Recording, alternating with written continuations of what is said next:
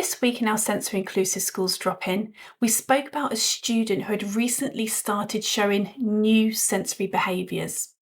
And when a new sensory behaviour appears, I want you to pause and I want you to ask why now and what has changed for this student.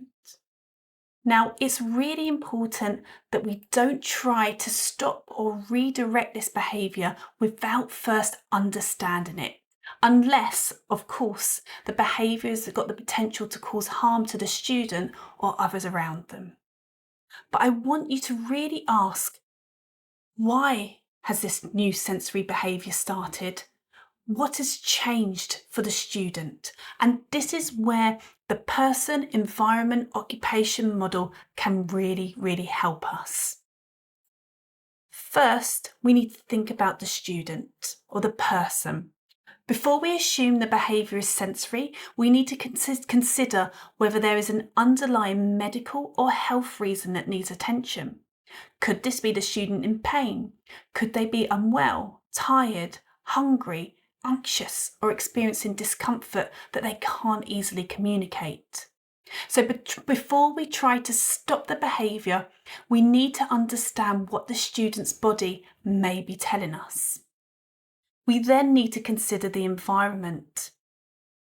Is it louder, busier, less predictable, or have the people changed? Has something changed in the classroom, the playground, the dining hall, or the wider school day? We then need to look at occupations or the tasks. Are there new tasks expected of the student? Are they too long, too hard, too open, or asking too much of the student's attention, posture, or communication? We need to ask ourselves, is this new sensory behaviour the student's way of coping with a mismatch between them, the environment, and the tasks they're being asked to do? If this is the case, then redirecting the behaviour will not solve the problem. We need to follow the clue. The clue is the behaviour to find out what has changed. And we need to put that right. We need to put the mismatch right first.